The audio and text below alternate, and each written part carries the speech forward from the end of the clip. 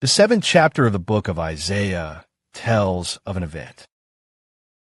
At that time, the king of Judah was King Ahaz. Since he is the king of Judah, so he was a descendant of David. He was supposed to believe in the Lord.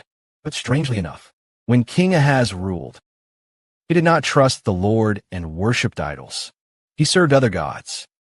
So the whole country was in chaos. At that time, King Ahaz was attacked many times by surrounding nations, especially by the king of Aram and the king of Israel in the north. At this time, King Ahaz heard a report saying, the northern king of Israel and the king of Aram had formed an alliance. They allied to attack you.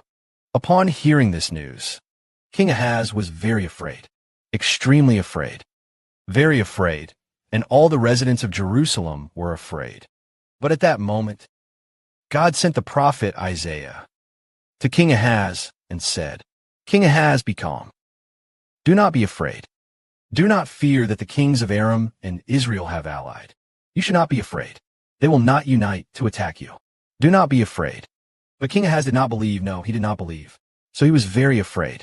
Then the prophet said to King Ahaz that they would not attack you. You should ask the Lord for a sign. The Lord will give you a sign or an indication to show you that. The Lord will give a vision or a sign to tell you. But King Ahaz said, I will not ask the Lord for a sign. I will not test the Lord. What does that mean? It means he did not believe. He did not believe in being saved. He did not believe the words of the Lord's prophet. He did not believe. He did not believe that the northern kingdom of Israel, the army of Aram, will not come to attack Israel, would not come to attack Judah. He did not believe. Then he said, I will not test the Lord. He said he would not test the Lord.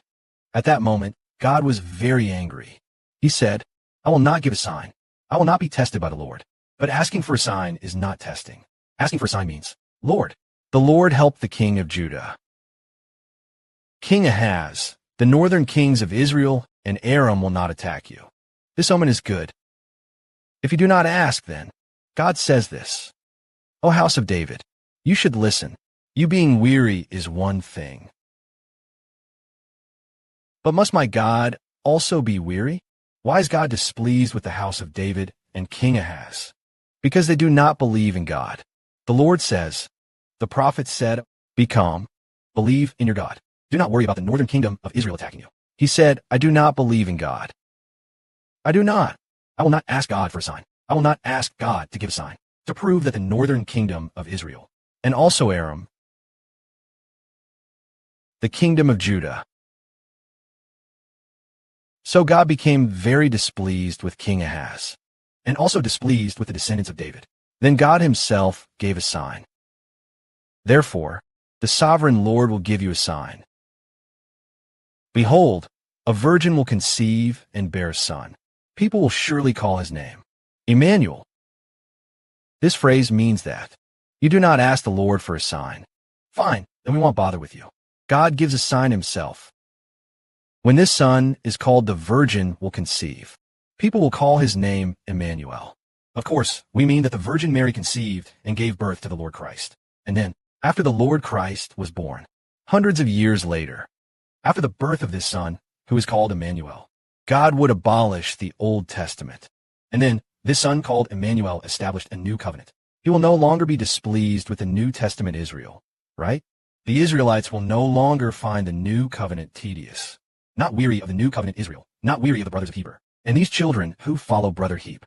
Because this group of children will ask the Lord, centering everything on God. Everything. Please always serve God with your mind. But ancient King Ahaz, and ancient Judah, and Israel, they all displease God.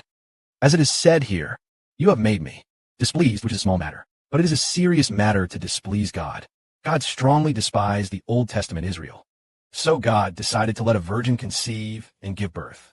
When this son, after his crucifixion, his son was born, this son will lead people back to God, so that God will no longer be displeased with them. This is the reason.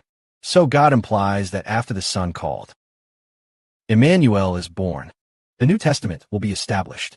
The spiritual Israel of the New Covenant will no longer cause God to feel aversion.